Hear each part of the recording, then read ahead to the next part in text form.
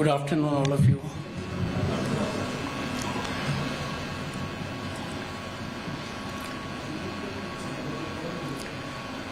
I am grateful for this opportunity that has uniqueness because it underscores all developmental activities. Honorable Governor of Karnataka, Sri Thawarchand Gehlot ji,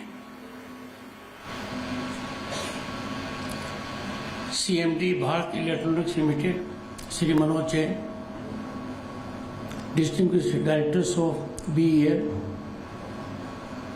officials, scientists, staff, and distinguished audience. At the outset, my congratulations to about 500 awardees. Such kind of recognition is motivational, inspirational, and becomes a nerve center of emulation by others. I have had the occasion to personally present some awards. I would be happy to connect with the others as and when an occasion so arrives.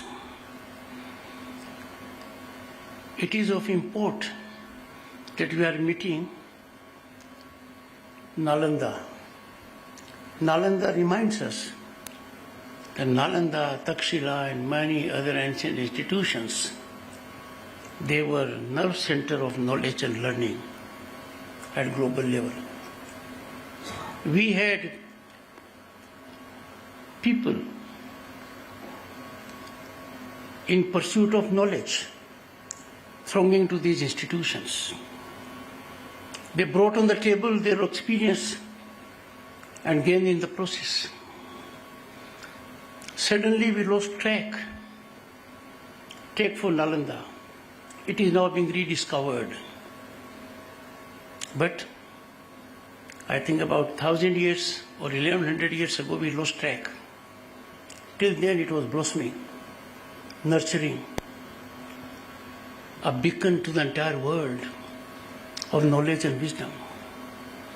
This whole, therefore, is a reminder of our rich past. Also, very fascinating and satisfying that we are back to the groove. Now the country is dotted with institutions of excellence, IITs, IIMs, institutions in law, space, blue economy, all are coming up in the country. And the growth is taking place at fast pace. But if we come to the impact on civilization, it is excellence and education that alone define where a civilization or nation will go. And therefore, we have to lay great emphasis on excellence.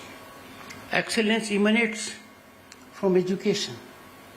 Education is the only mechanism, powerful, game changer, impactful, that brings about equality, that cuts into inequities, and that enables people who are meritorious to avail opportunities. And therefore, the name will ever inspire us. When I entered on the left side or right side, I saw that it was named M. Vishwesvarya. The Honorable Governor, a learned man, was quick to reflect to himself, and I also shared it, Bharat Ratna, a fact known to all of us. We are proud. But that he came from a particular stream, a stream to which you connect, carries very great import. The nation at the moment is agog, hope, possibility. India has become aspirational country because no country in the world has had a phenomenal exponential rise in last decade which Bharat has had. No country. In terms of economy, in terms of infrastructure, in terms of digitalization, in terms of reputation rise. Voice of India is now heard everywhere.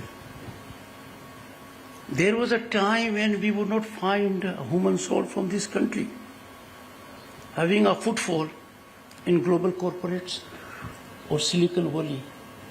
But now we are controllers. There is no global corporate or outfit engaged in research and development or technology that does not have an Indian genius contributing at the top. In such kind of a situation, an institution like yours has to play a critical role. We have to self-audit, not with respect to ourselves. Year to year we may be doing well. There is all the reason for us to be in jubilant mode. But we have to compare with the outfits in the world.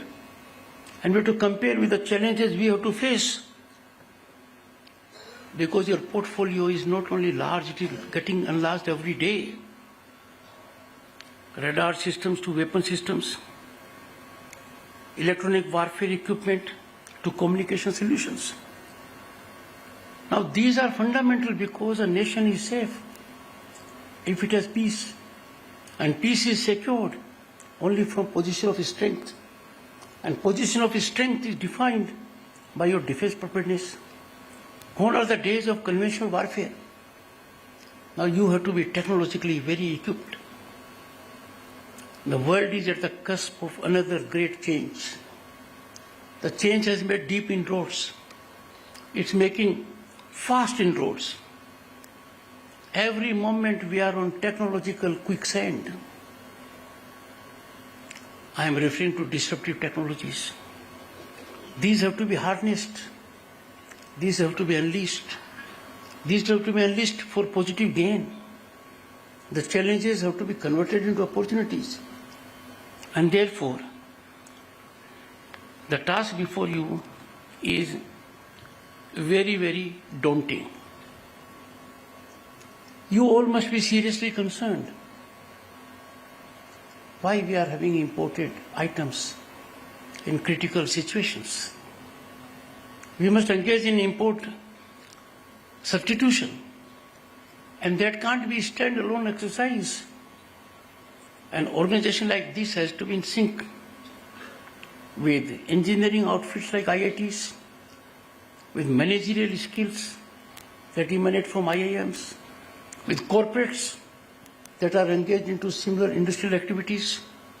There has to be convergence of all these so that you really get some kind of a mechanism to have real results. It is good that we have research and development and patents, but we can't have a satisfaction level. And by and large, the experience is that our focus on research and development is much behind the requirement when we take our nation's import in the world, demographic size, and the role it has to play. We have to spearhead research and development. In global perspective, if you look, our patent contribution leaves much to be desired. When it comes to research, the research has to be authentic, the research has to be cutting edge, the research has to be practical, the research must change the ground reality. There is no use having research which goes little beyond surface scratching. Your research must correlate with the change you seek to bring about. And that requires nurturing of the human resource that is engaged in research. It requires a very wholesome, soothing ecosystem It requires fiscal support. It cannot have a constraint or timeline that you perform. It has to come like Archimedes. He was in the bathtub, eureka, eureka, eureka. The nation abounds in talent. Our young boys and girls, they are not aware still of the enlarged basket of opportunities. They engage into long queues for government jobs. Thankfully, national education policy has brought about a big change. Change for the better, that we are getting distance from degrees. We are becoming skill-oriented. But what is now greatly fundamental is the spirit to innovate, the spirit to engage in research. That must be inflamed while you are in school and colleges. And that can happen when we recognize the people who have contributed as we have done to some. But the recognition must not be confined only to ritualistic felicitation or giving a memento. It must go beyond. It must have tangible aspects. India is a country that abounds in resources. But optimal utilization of resources, timely utilization of resources, bridging the technological gap, and why not? We should be leaders. We did rather well in imagining a quantum computing commission with fiscal allocation of 6,000 crores. We must move ahead. The challenges that are thrown by green hydrogen mission, these are the challenges that must find solutions. I had the occasion a day before to interact with the man who is in charge of science and technology. And when it comes to our contribution by way of patents, we are contributing not in consequential fields. Our presence is minuscule. We are 1/6 of humanity. Our genius allows us a wider participation. And for that, everyone who is in managerial seat of governance, must take initiative. That is required because we can emerge as an economic powerhouse in the global community only when we subscribe to research and development. The very concept of Atmanirbhar Bharat is rooted on this. Atmanirbharta will come only and only when the world will look at us as a crucible of research and development. And for that, I appeal to our corporates. They are bound to be the greatest killers. But at the moment, their focus is not that much. If you look at the contributions of the corporates for research and development in global perspective, we hardly figure. I know the corporates are envisioned by enlightened managerial skills, but they must converge on one platform, make it a mission that research and development will get big leap. We have to be passionate about it.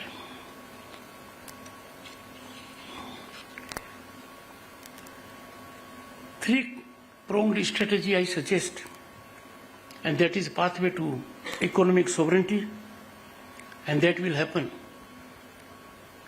when we make our investments in research and development. This will help us in our defense needs and strategic needs. Because if we are not having it ourselves, we are really paying a huge price for it. I have had the occasion to see indigenous component, and we are increasingly having equipments that have indigenization.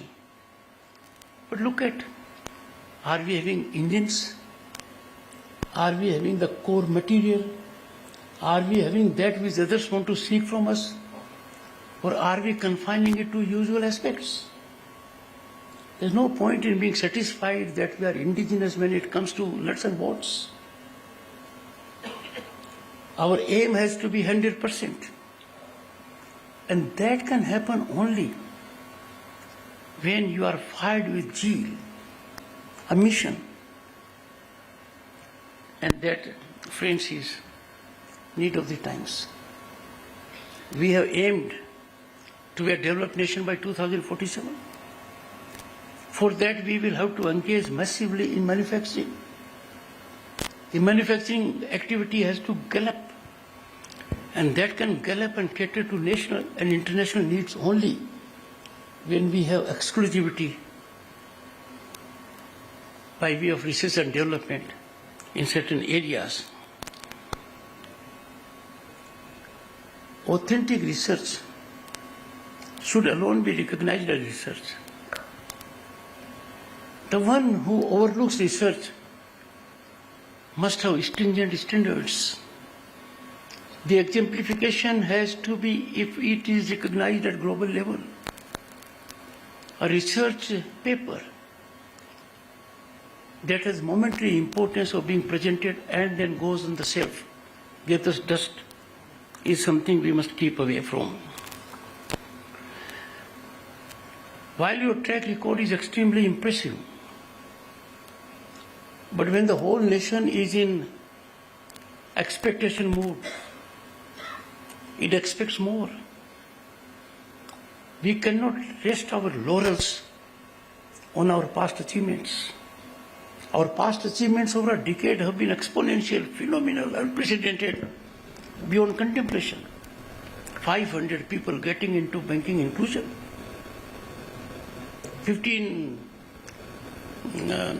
150 million getting gas connections, digital connectivity going down to the villages, roads coming of a shape that match the world, the best in the world, trains, everything is happening.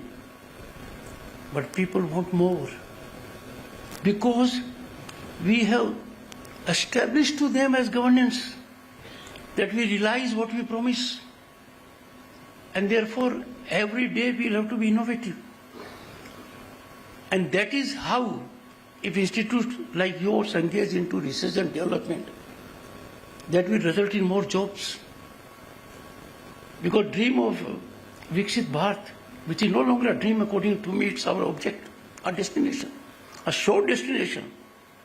But you will have to take a quantum jump when it comes to per capita income. I therefore, after bestowing attention with whatever little input I have, your organization must now focus on, one, it must lead the semiconductor revolution from design to manufacture.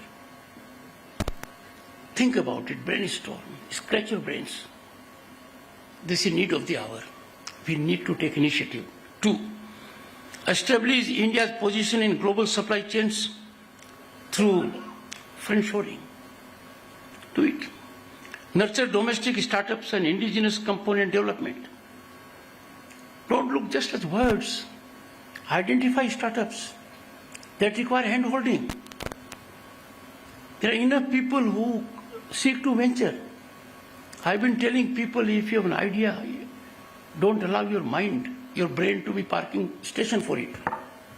Don't fear failure. Experiment.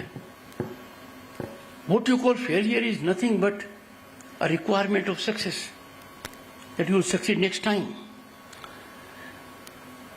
And please foster collaborations. Don't be standalone.